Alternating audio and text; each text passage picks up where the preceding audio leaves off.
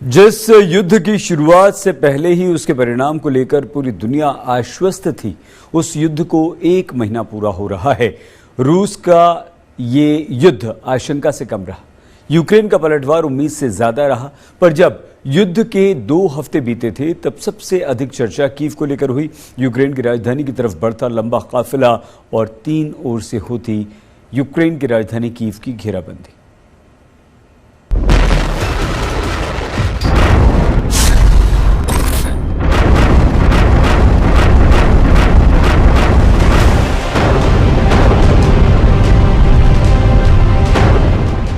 Kyiv पर कब्जे की भीषण जंग जारी थी। यूक्रेन भी पूरी ताकत से डटा था, क्योंकि अगर कीव हाथ से निकल जाता तो इसका मतलब था जंग में हार। रूसी सेना कीव की घेराबंदी के लिए आसपास के शहरों पर ताबड़तोड़ आक्रमण कर रही थी। इरपिन में रूसी सेना इतना आगे बढ़ गई कि यूक्रेन ने कीव की ओर कूच को रोकने के लिए ब्रिज को ही उड़ा दिया। मेरे पीछे ये इरपिन नदी आप देख रहे हैं, जिसके नाम पर इस शहर का नाम बना है, और उसके ऊपर आप ये क्षतिग्रस्त ब्रिज देख रहे हैं। ये किसी रूसी आक्रमण में ध्वस्त नहीं हुआ है, बल्कि रूसी फोर्सेस के एडवांस को रोकने के लिए इसे धाराशायी कराया गया है, ताकि रूस की सेना अगर आगे बढ़ना चाहे तो वो आगे नहीं बढ़ सके। बीच बीच में से देखिए एक छोटा सा रास्ता बनाया गया है, ताकि लोग अगर पैदल चलकर आना चाहते हैं तो लोग पैदल चलकर उस पर से आ सके।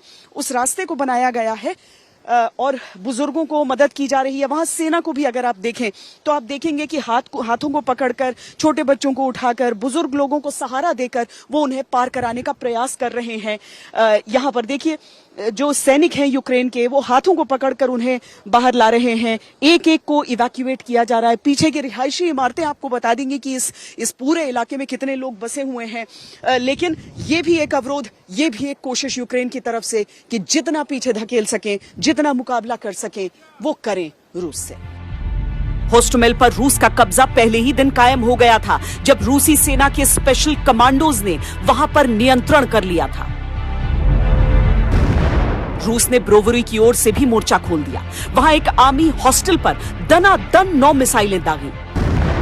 ब्रोवरी के रास्ते पर हम जा रहे हैं। इरपिन और ब्रोवरी अब 2 मोर्चे हैं जहां से आक्रमण किया जा रहा है, और आप इस रास्ते में देखेंगे तो आपको यूक्रेन के टैंक्स नजर आएंगे, यूक्रेन के टैंक्स जिन्हें यहां पर लगाया गया है। अब सीधे तौर पर हम थोड़ा सा और आगे अगर बढ़ें, देखिए वहां पर अभी भी गोला बारूद, गोला बमबारी सब चल रहा है, क्योंकि अभी यहां पर एक्टिव वॉर जोन ये है, जहां पर गोले बरस रहे हैं और ये भारी मुकाबला यहां पर चल रहा है। रूसी टैंकों को, जो काफिला आगे बढ़ रहा था, उसे यहां एम्बुश किया गया। एक रेजिमेंटल कमांडर को यहां मौत के घाट उतारा गया था। ये ब्रोवरी का इलाका है जहां से रूसी थ्रस्ट सामने देखा गया, लेकिन यहां पलटवार का भी सामना करना पड़ा रूस को। हालांकि इसी इलाके में आगे बढ़ते रूसी टैंकों के काफिले को यूक्रेन की सेना ने एम्बुश करने का दावा किया। रूस को भारी क्षति झेलनी पड़ी। देखेंगे कि हर एक व्यक्ति खुद भी आर्म्ड है और मेयर है, लेकिन एक बंदूक लेकर चलते हैं अपने देश के लिए लड़ने के लिए। क्या संकेत दे रहे हैं? मैं एक बुलेट भी वहां पर देख रही हूं। मैं यहां पर उनके गर्दन में बंदूक देख रही हूं। Она говорит, я смотрю вас, потому что есть здесь автомат, здесь пули стоят. Вы тоже, если будет время, вы тоже готовы воевать. Вы это показываете.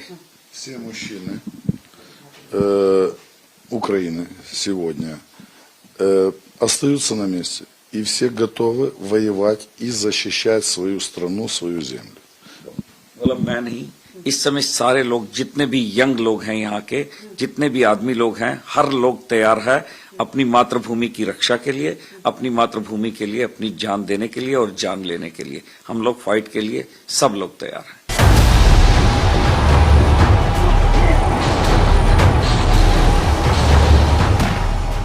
एक तरफ भीषण बमबारी चल रही थी, दूसरी तरफ अंतर्राष्ट्रीय समुदाय युद्ध रोकने की कोशिशों में लगा था।